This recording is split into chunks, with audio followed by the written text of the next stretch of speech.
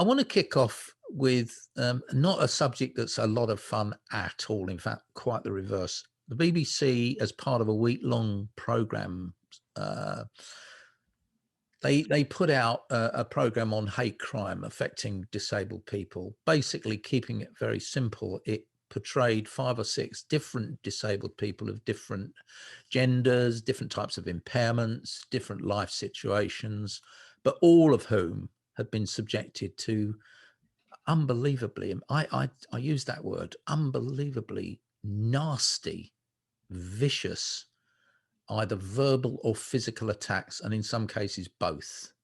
And I felt absolutely furious at the end of it.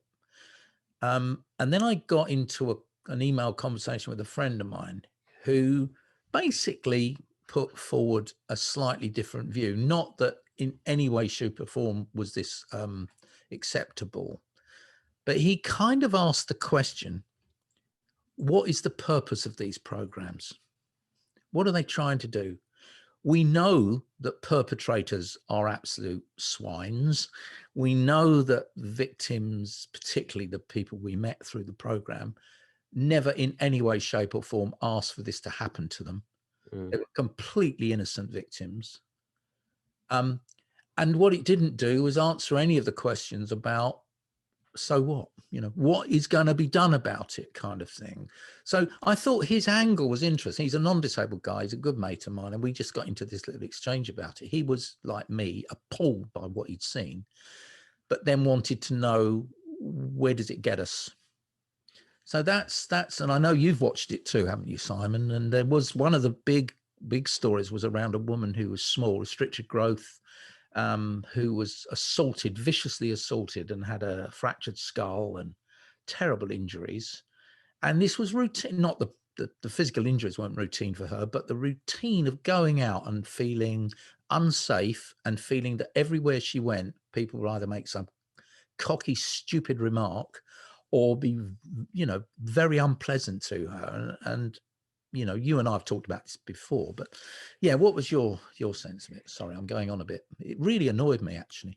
Well, but that goes also your friend who said, yes, we're all annoyed, but what now? That's the point. And there is a deep frustration I had at the end of it, which is none of the perpetrators had been brought to justice.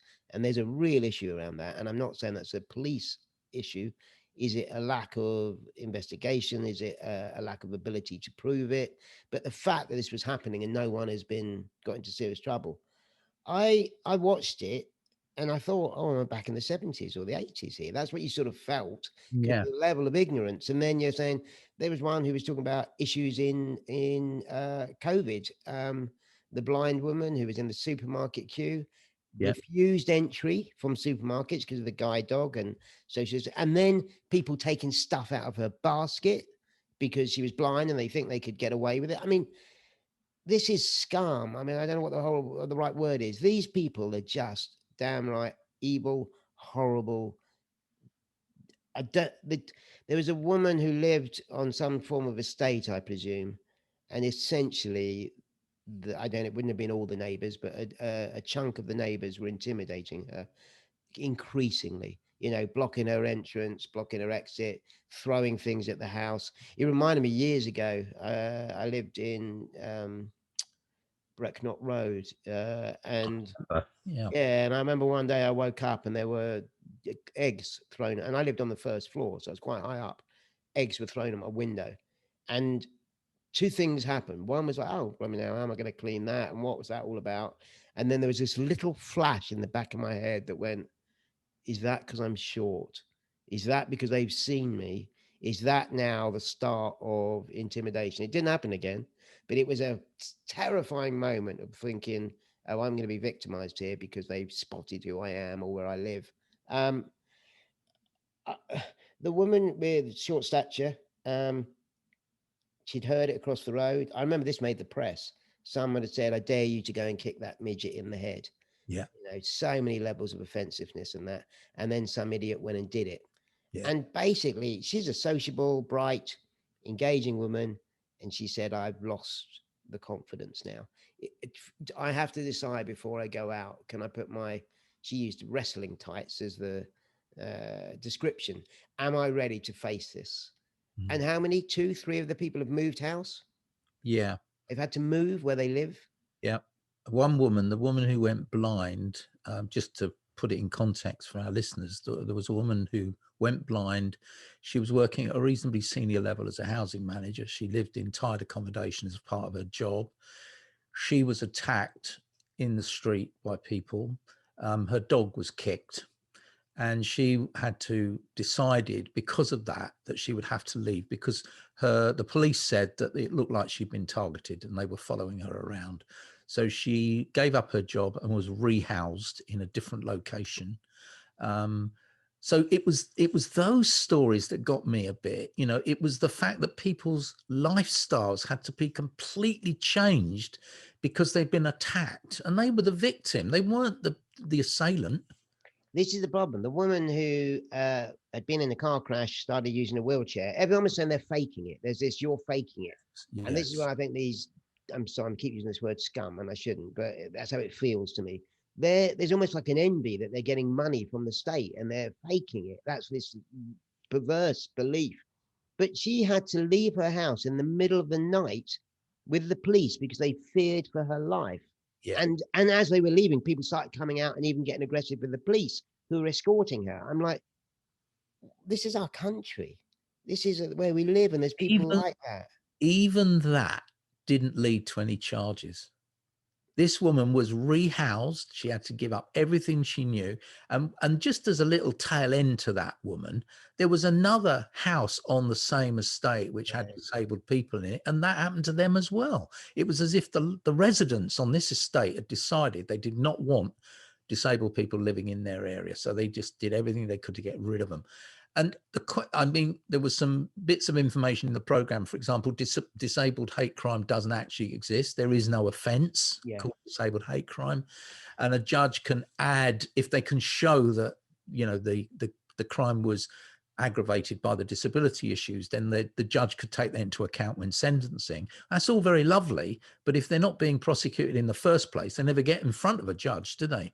That goes back. There was a person who's an advocate on disability issues. I think they said he was from Leonard Cheshire. Yep. I gradually lost I lost respect for him as it went on because he started commentating. I thought, oh, great, we've got an ally, we've got a support here. But gradually, all he was just doing was saying the same that was happening. There was no, I wanted him to say, and I banged this door and I bashed that door and I've been saying to these people here, and as an organization, we're now campaigning on that. Maybe that is happening. But that was the problem with the program. One, I didn't see the sort of, I wanted more police or people in authority to say, this is what we need to do. There was no nuance to the show in that sense. It was a lot of personal, terrifying stories, but a lack of what's going to happen. Now that, the producers could argue, we wanted to raise the issue and then it's for others to do, but that could have been part of the program. I agree. And in fact, that was one of the points my friend made. So what are we supposed to do then? What comes now? And he made the point that none of the social workers were being interviewed. The police weren't interviewed. There was no advocates against hate crime. We know our mate, Stephen Brooks, who's been on the hate crime issue for as long as I've known him, real champion for getting something done about this. And he didn't appear. I really expected to see Stephen Brooks pop up in the middle of this program and give his point of view, but he didn't. So it was a bit, you're right, actually. There was, it certainly shocked me and made me feel all sorts of things. But what he didn't do was give me a sense of there's progress being made to put this right in some way. I was just left feeling absolutely desperate for the people in the films. And, sometimes you might argue, all we heard with the professional, where were the disabled people's voices? Now, that didn't suffer this one. This had all voices of disabled people, which is great. Absolutely. And now am I angry with the TV makers or am I angry with the process, the system? And maybe it's a bit of both. The show is what it is, but it would have been nice to see. Maybe that's the point. There isn't as much action. There isn't as much progress. We started by saying where the prosecutions. I mean, there's no this is harassment and victimization and bullying and whatever. There's plenty of law, I'm sure, that would protect these people. Do you need a disability hate crime to? You don't even need to prove that. What was happening to them was awful. And Well, it, yeah, there was one incident, and we'll bring this to a close, but there was a man who had autism who was in a nightclub, yeah, and he was assaulted by a woman, yeah. and it's caught on film, and the police are called and they arrest the man, Mm. take him out in handcuffs. He's obviously very, very upset and very, very sort of all over the shop because of his autism. And they then look at the video footage and see that this woman had done it. So they arrest her. She's charged and so on. And then the family take out a case against the police for wrongful arrest. And then, but they're not allowed to say any more about it because the police have made them sign a kind of non-disclosure agreement, not to talk about the settlement they got. Well, and they did get a settlement, and Yeah, they the did. father said we were happy with that. So, but all of that is just a mess of stuff. Now, forgive me because this I'm going to dig myself here on two levels I can think of so far. But if you see the video footage, this man with the autism, he was it Ben? I can't remember his name. He bumped into someone, and this woman he bumped into went ballistic, and he 2 or 3 times tries to hold her at bay, and then he pushes her away, and then eventually she's punching him. Now, I don't know if this is autism or I don't know if this is fear, and I do not agree with this, but he then just punched her. Yeah, He went down, yeah. and I'm like, oh my god.